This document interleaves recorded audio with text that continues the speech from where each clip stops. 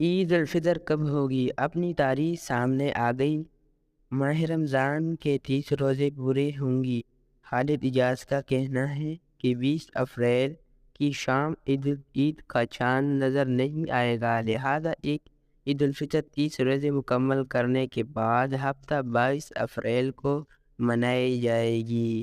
Media کے مطابق خالد اجاز کا کہنا ہے کہ 20 اپریل کو پاکستانی وقت کے مطابق نیا چاند صبح 9:13 پر پیدا ہوگا۔